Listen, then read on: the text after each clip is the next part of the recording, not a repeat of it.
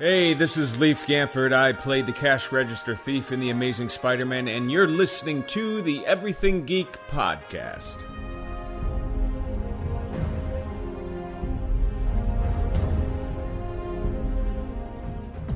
Hey, this is Rich McDonald, and I play Commander David Mason on Call of Duty Black Ops 2. And you're listening to Everything Geek podcast.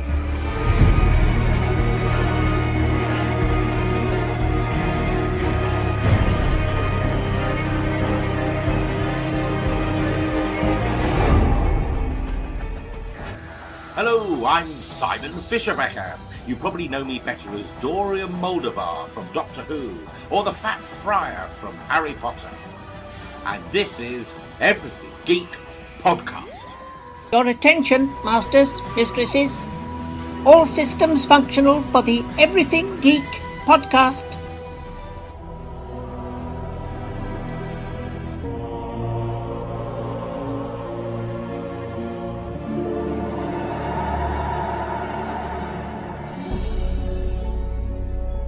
Hey, it's James Arnold Taylor, the voice of Obi-Wan Kenobi and Master Plo Koon in Star Wars The Clone Wars, and you're listening to Everything Geek, the podcast.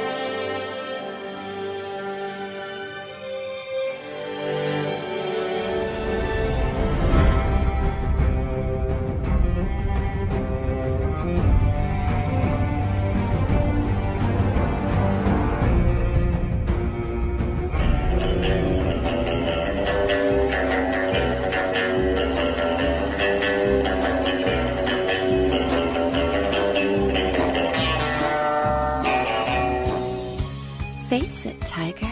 You just hit the jackpot with the Everything Geek podcast.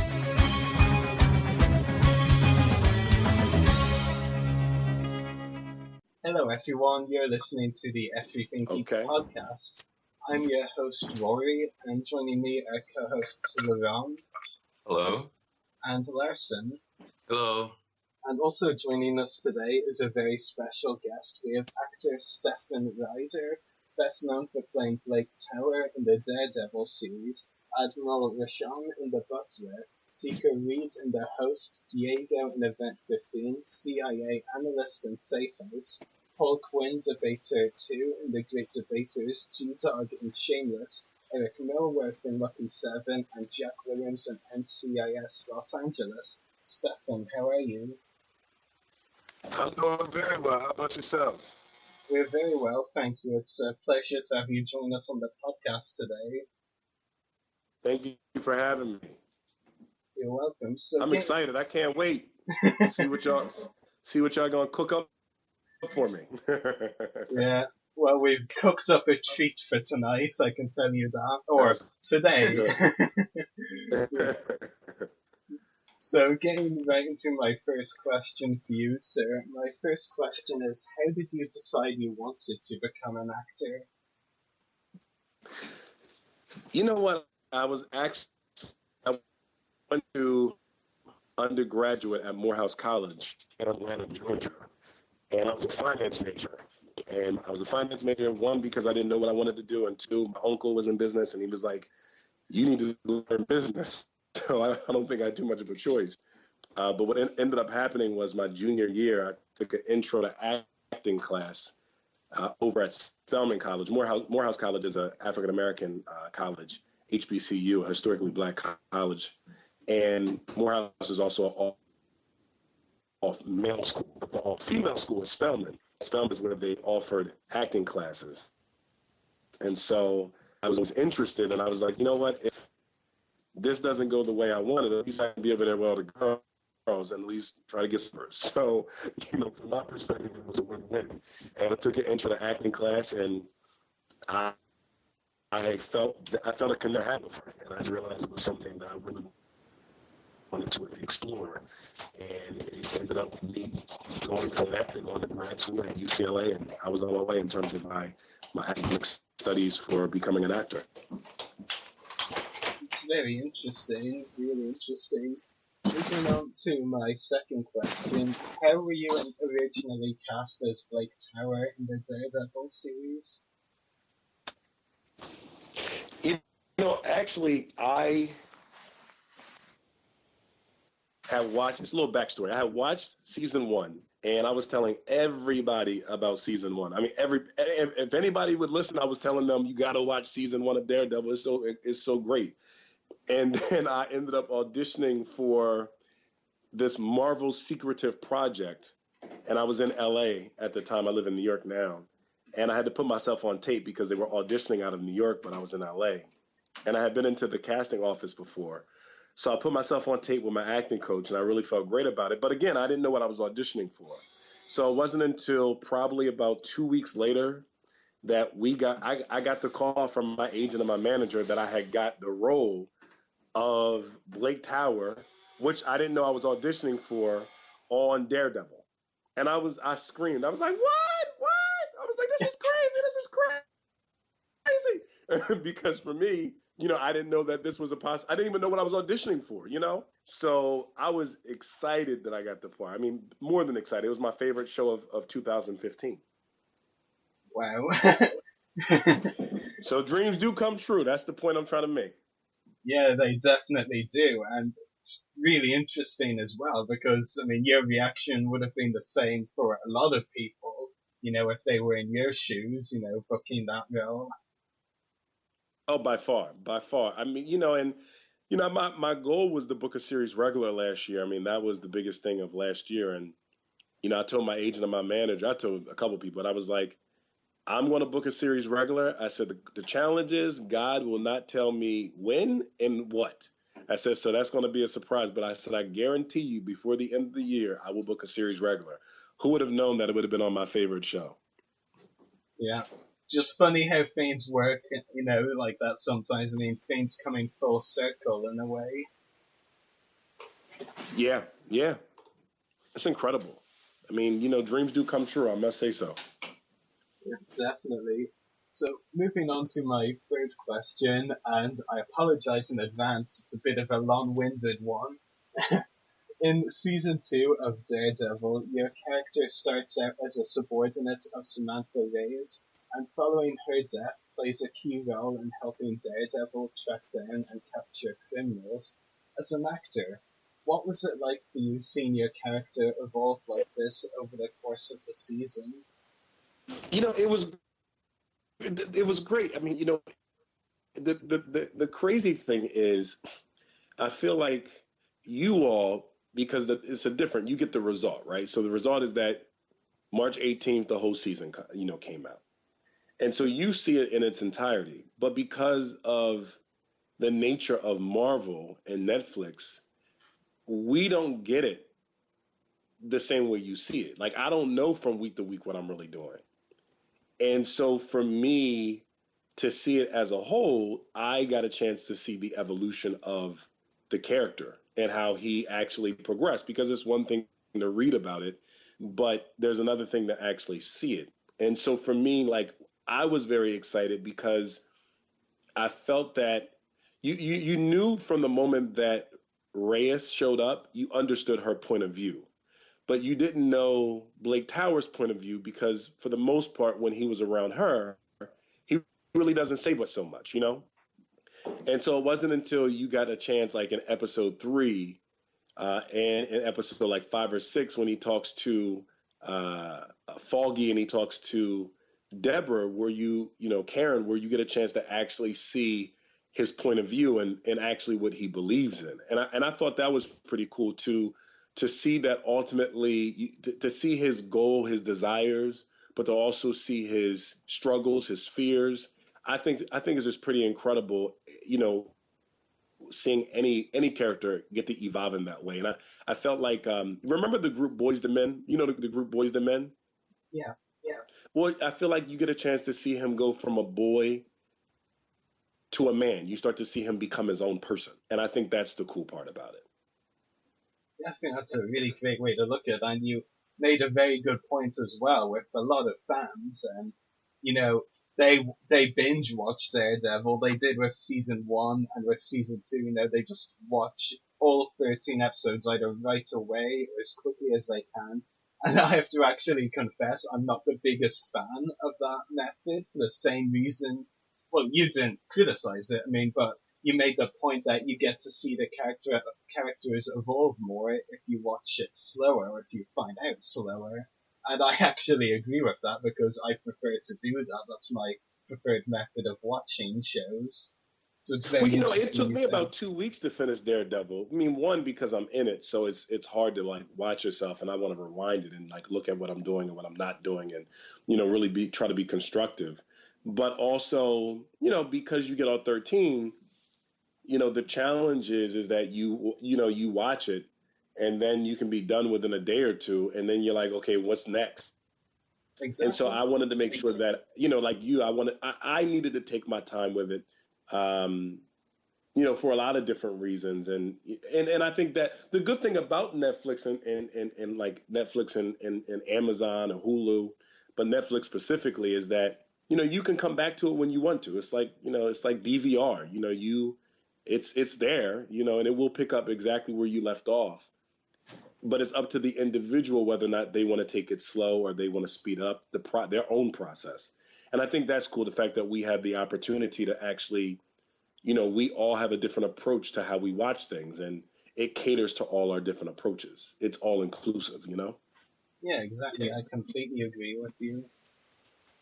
So, moving on to my next question, and it's another slightly long-winded one, but not quite as much. In the comics, Blake Tower is far from just a Daredevil character, as he has appeared in other characters' stories and even collaborated with some of the Avengers. Can we expect to see your character appear in any of Marvel's other Netflix shows, like Jessica Jones, Luke Cage, and Analyst? I would love to, but I have no clue. Marvel, I think you all know just as much as we do how secretive Marvel is. I think actors talk about that, and you really don't know. You really don't know. I hope, I would love to. I know in the comics, my character definitely, exists, beyond just Daredevil, but how they dramatize that, how they put that into the story, or if they choose to, depending on the story, the story that they want to tell. Because the challenge is also, there's so much, you're having, even with like the Defenders, you have four different comic book characters that are coming into one show, which wasn't even the original Defenders in the first place. They did this Defenders. The Defenders had like Spider-Man in it. And so, you really don't know in terms of creatively what direction they're going in.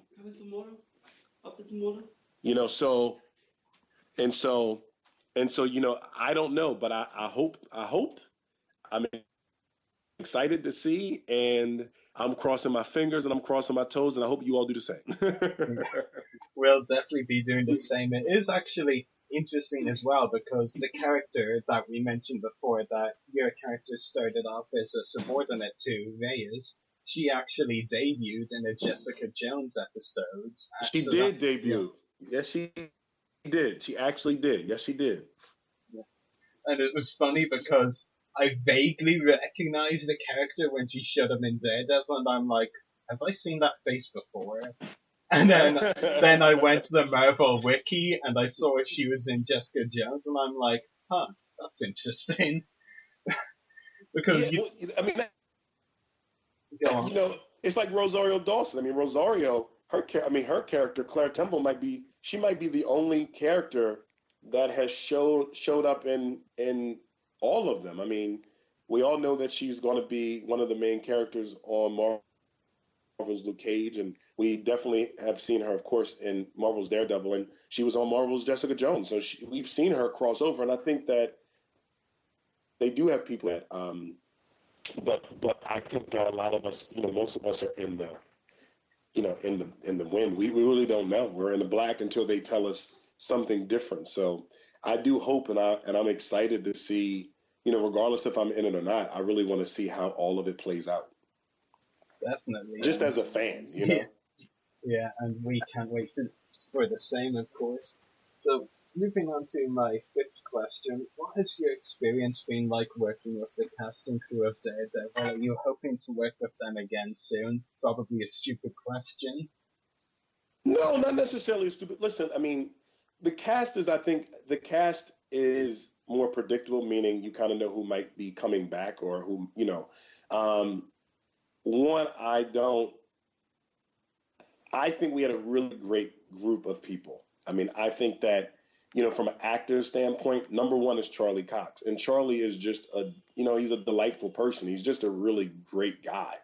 He's just, he's a guy that you want to hang out with. And he has like a million jokes. He remembers jokes like nobody else's business. And we literally crack up.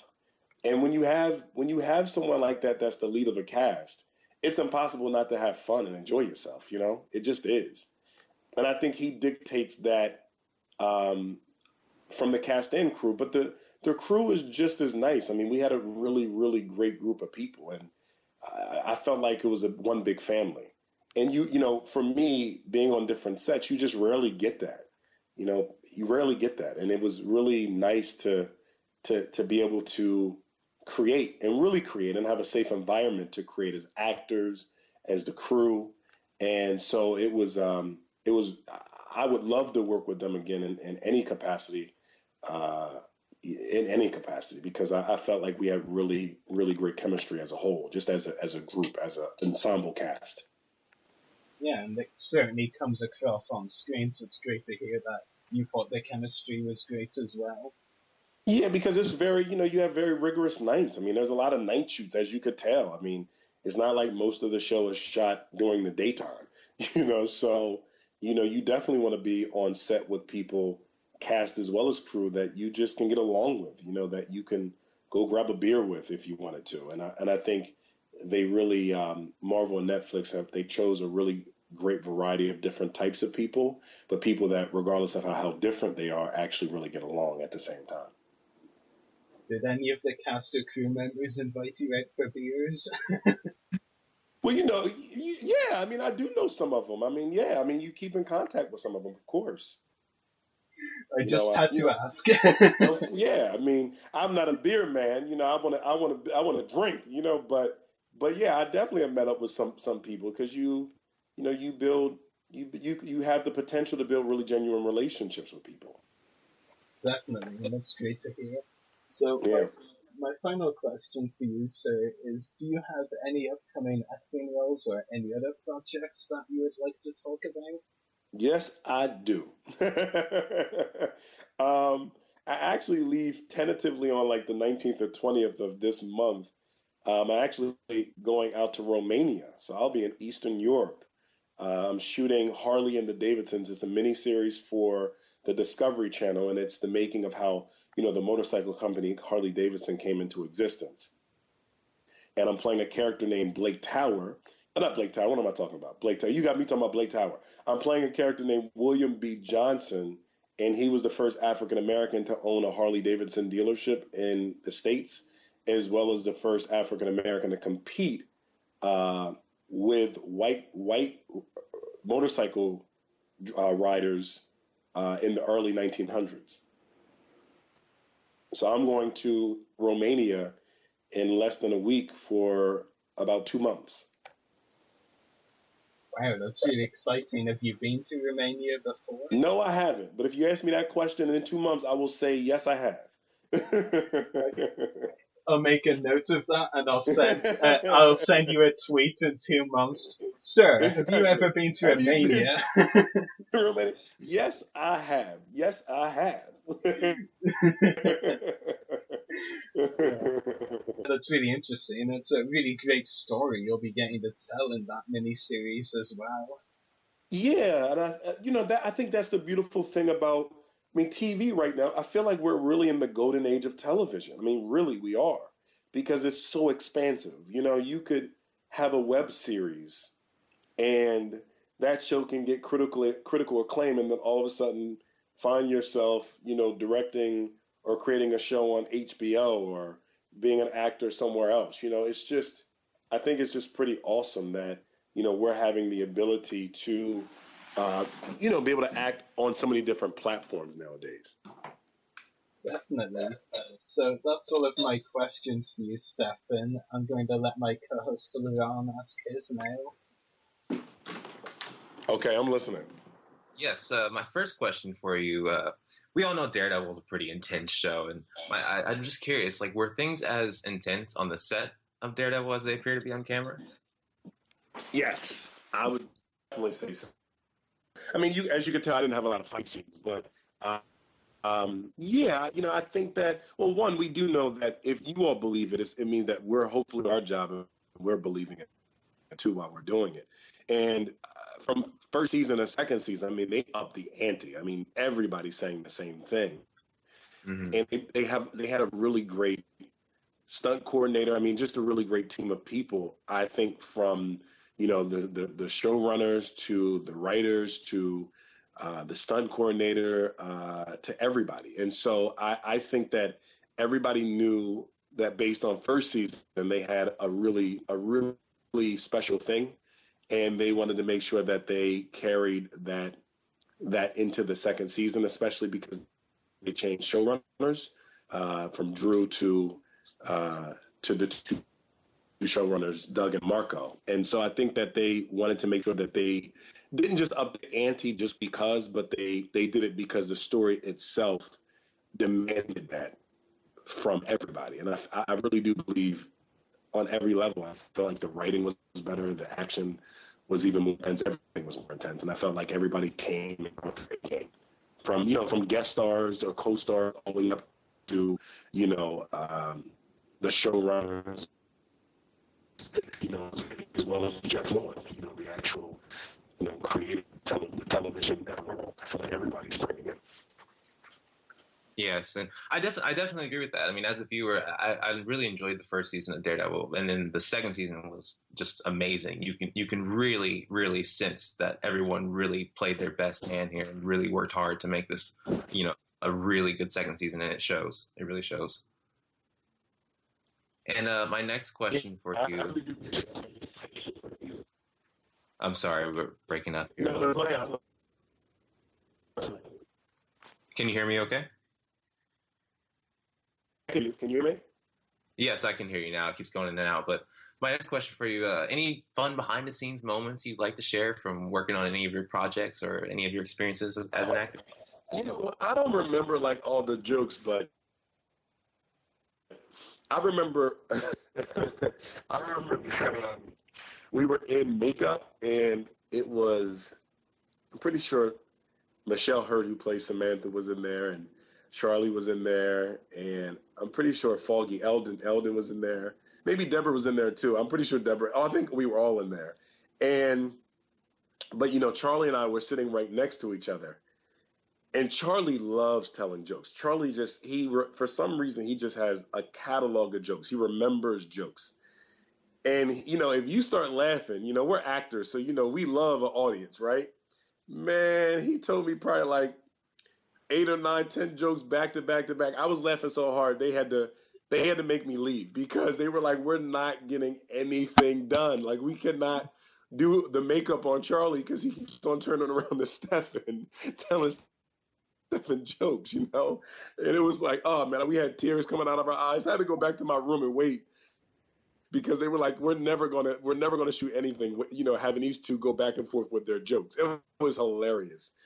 Things like that just make it, you just make it special. You have something special when you can have those types of genuine connections with people, but it was hilarious. They were like, you have to leave. I was like, I was so mad. I was mad because I was like, man, it's fun. I need some more jokes. Yeah.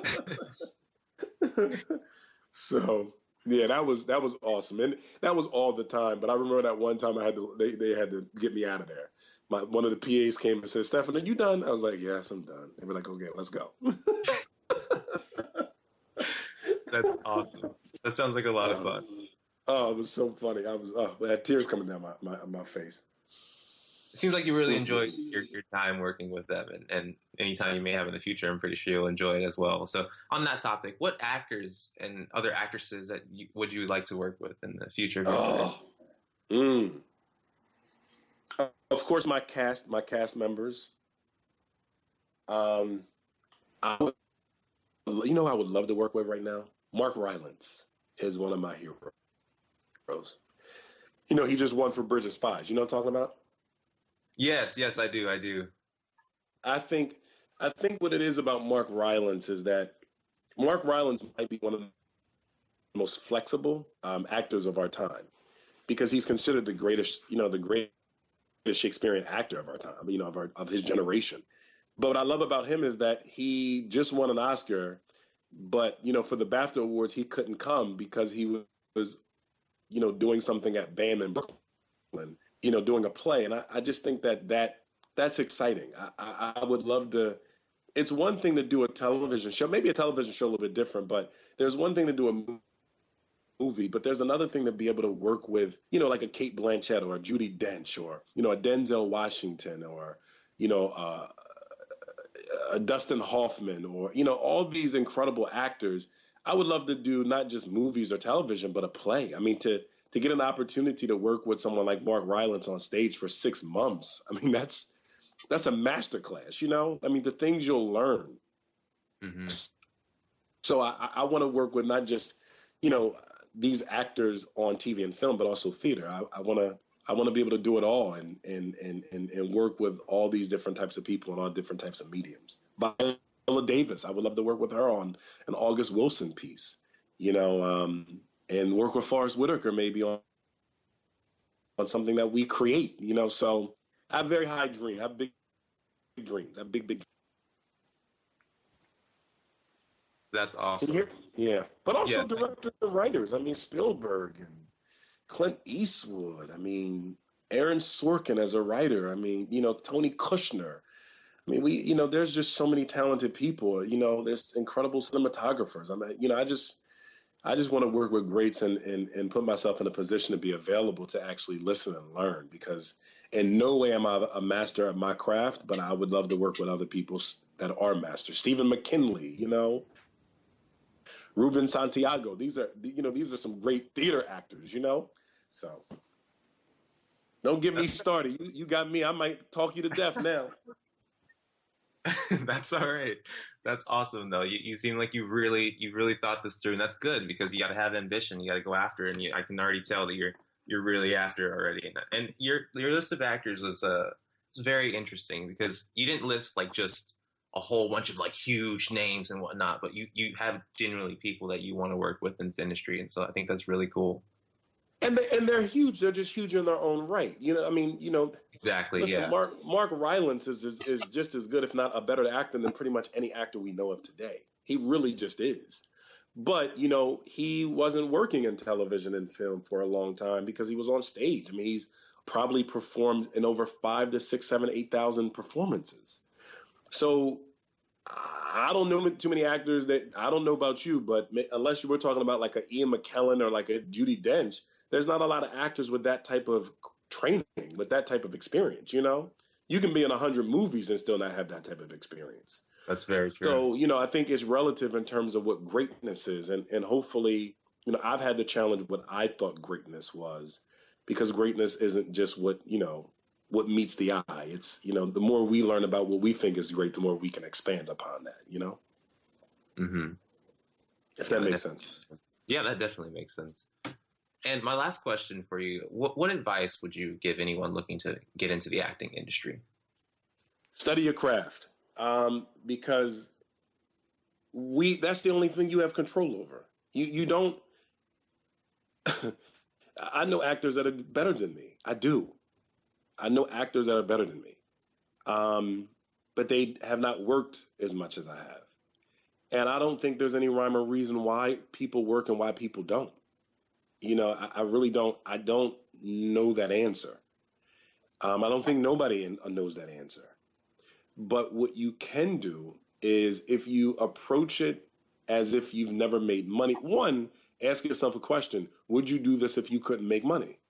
And I think if the question is yes, which I don't think is an easy answer to come to, then you should do it based on what moves you and based on the fact that you want to cultivate your craft. Just like a pianist cultivates on a daily basis playing the keys, just like a celloist has to play the celloist, just like a dancer can't call themselves a dancer if they don't dance.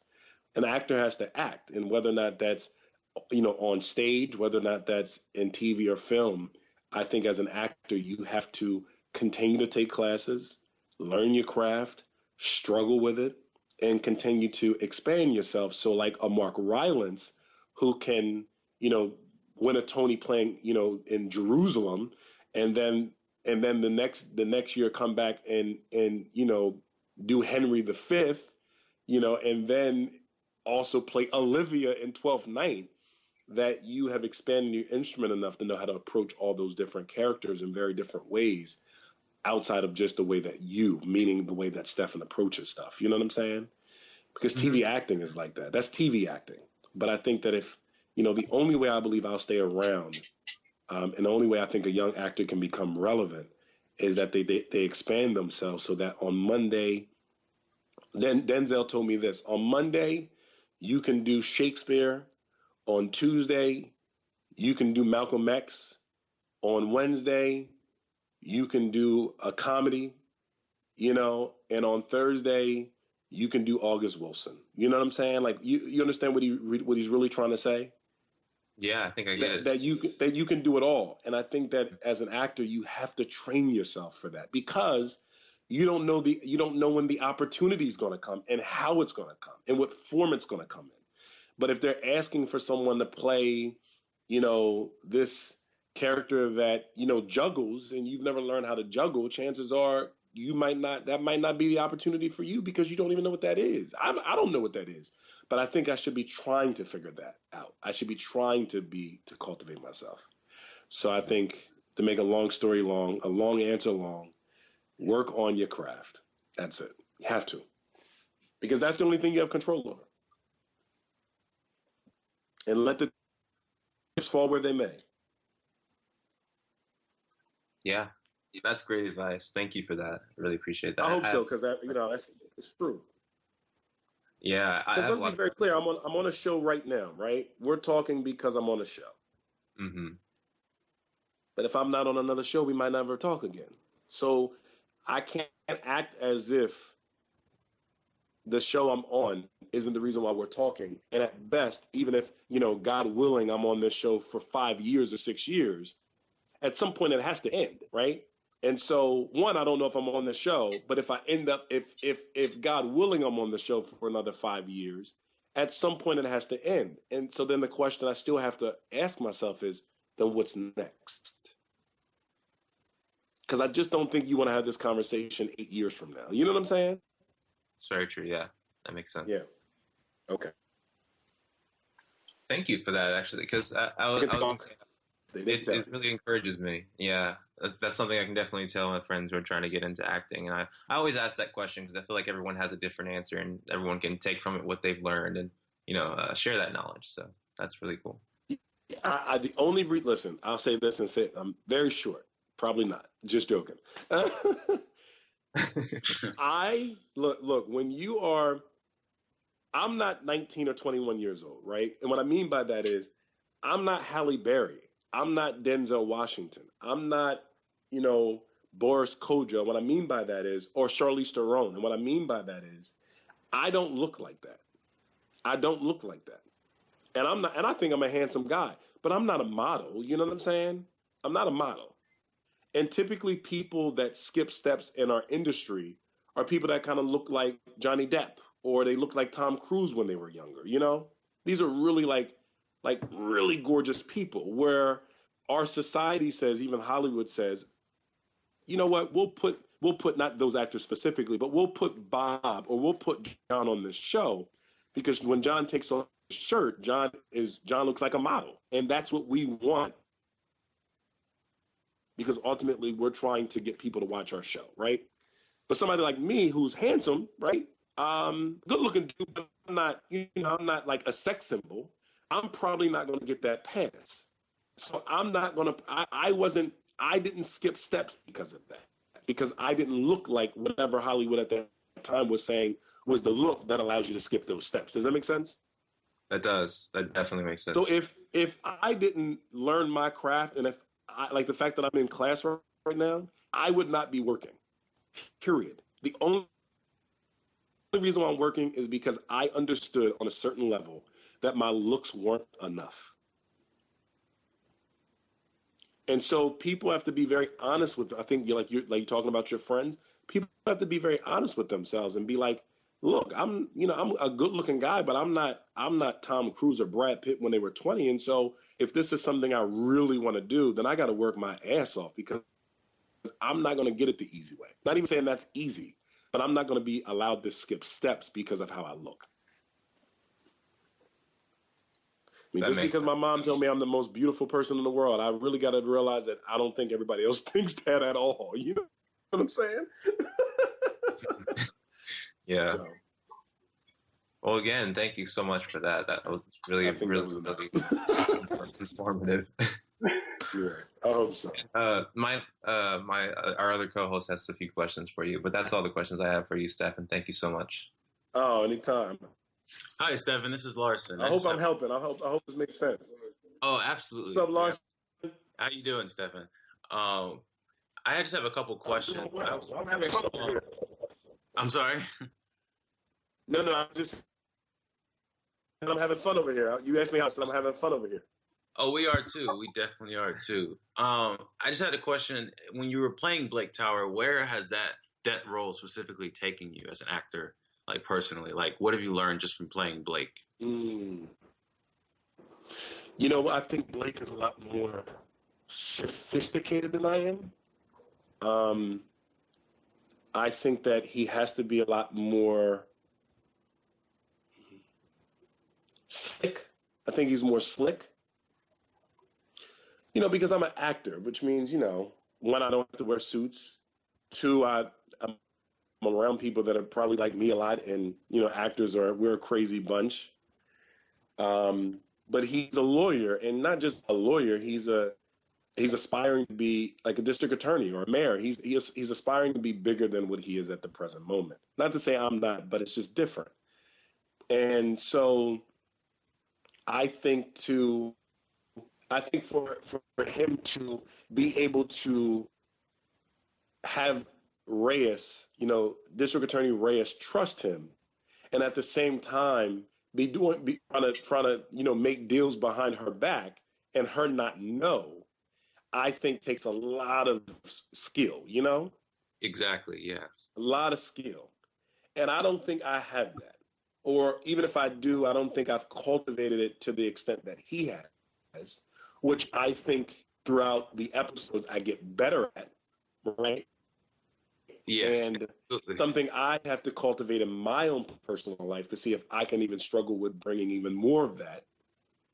But I would definitely say that that's one thing, one of many things, but one thing I recognize that he has a lot more. He's probably unlimited in that area, and I'm working on bringing more to cultivate so I can bring more of that to him. Exactly. Yeah. No, that makes a lot of sense. I feel like you could learn a lot from your roles as far as their personalities. And also different. I'm sorry. No, you go. I'm sorry. No, they you know, characters have different. You know, listen. Let's be very clear. We're all on a podcast. You know, all three of you are asking me questions, but they're very different. And even if the same type of question, they don't sound the same because you all have different values. You know, your questions are very specific to, I would imagine, something personal about all three of you, right? That you want to know specifically about what it is that I'm doing, right? Exactly. And so we're all from the same world, but value different things in the world. And so the job of an actor is to start to understand what the character values and how the character, you know, because that's going to help me start to understand what parts of myself I can use and what parts of myself are not going to get me closer to Blake Tower. That makes a lot of sense. Yeah. Yeah. All right. That is awesome. Just to wrap it up, I have one more question for you.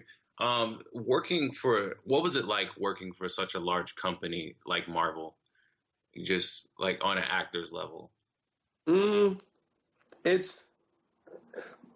Listen, the great part of it is that it's Marvel. I mean, you know, Marvel 10 years ago isn't Marvel now, you know? Exactly. I mean, you know, we didn't, you know, when Daredevil movie came out, people wanted to go see it, but people didn't go see it in droves like we're about to go see Captain America. That's very true. Even when, or on March 18th when Marvel's Daredevil came out. And so we live in a world where, Marvel and DC Comics and all, I mean, it's larger than life. Maybe because we live in a society where, so much stuff is happening all the time, so much bad stuff that we are really asking ourselves, who's the hero? Like, where's the hero in us and us as individuals? And so maybe that has a lot to do with the fact that, we're really into these comic book shows, movies, because maybe we're also looking for places to find more courage in our lives, Exactly. That makes a lot of sense, especially with the hero tropes and what they go through, how we can relate to it. Yeah, I think because when you think about the middle class becoming more marginalized and across the country and also in different parts of the world. I mean, the fact that in Europe, you have a country questioning whether or not they still want to be a part of it. So the pound is being questioned and it's at risk, and all these things that are happening. I think that we are looking for something beyond ourselves. I think we want to disconnect even more so because the lives that a lot of people are living, they're struggling with, and so we want these movies or these TV shows that allow us to really go on these rides, these incredible rides, so we can maybe have some reason why, find some reason and just to wake up in the morning or something. Exactly. Yes, that makes a lot of sense. It gives us a sense of optimism and hope. That's great. Yes, I agree with that. That was my last question. I'm going to go ahead and turn you over to our host, Ruari. But thank you, Stefan, so much for answering my questions. It was really helpful. I really appreciate it. Oh, man, thank you so much. Thank you so much. This is awesome. I mean, and y'all are asking really great questions. And, I don't want to give like the Hollywood, oh, yeah, blah, blah, blah, because one, that's not me. And two, I don't think that's helpful, Yeah, absolutely. I definitely know what you're talking about. Yeah. I would imagine you all do. Your job is very specific.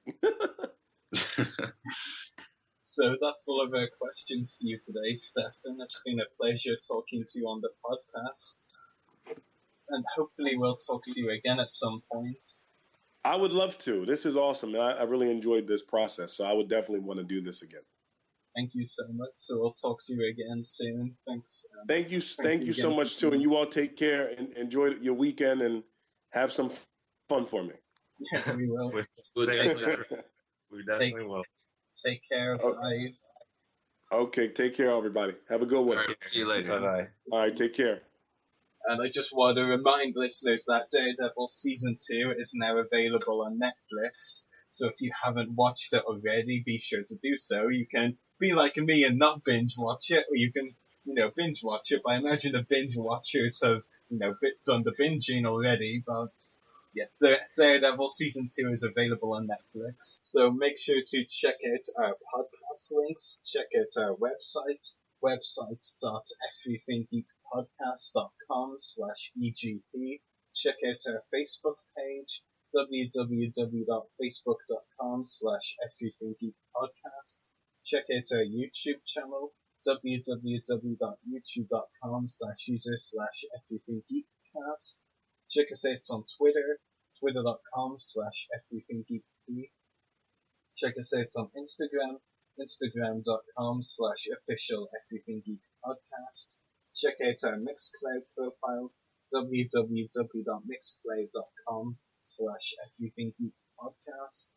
Email us at the below email, everythinggeekpodcast@gmail.com. Check out our companion podcast, Everything Geek Comiccast, www.facebook.com/everythinggeekcomiccast. Make sure to check out the hosts' YouTube channels. Mine is www.youtube.com/user/Separatist Lawron's is www.youtube.com/user/StarLegend9595. Larson's is www.youtube.com/user/Centrivium. Check out Stephen Ryder on Twitter, twitter.com/RyderStephen. And check out Channel 138 where we broadcast live from www.channel138.com. So geeks out, everyone. Geeks out. Geeks out.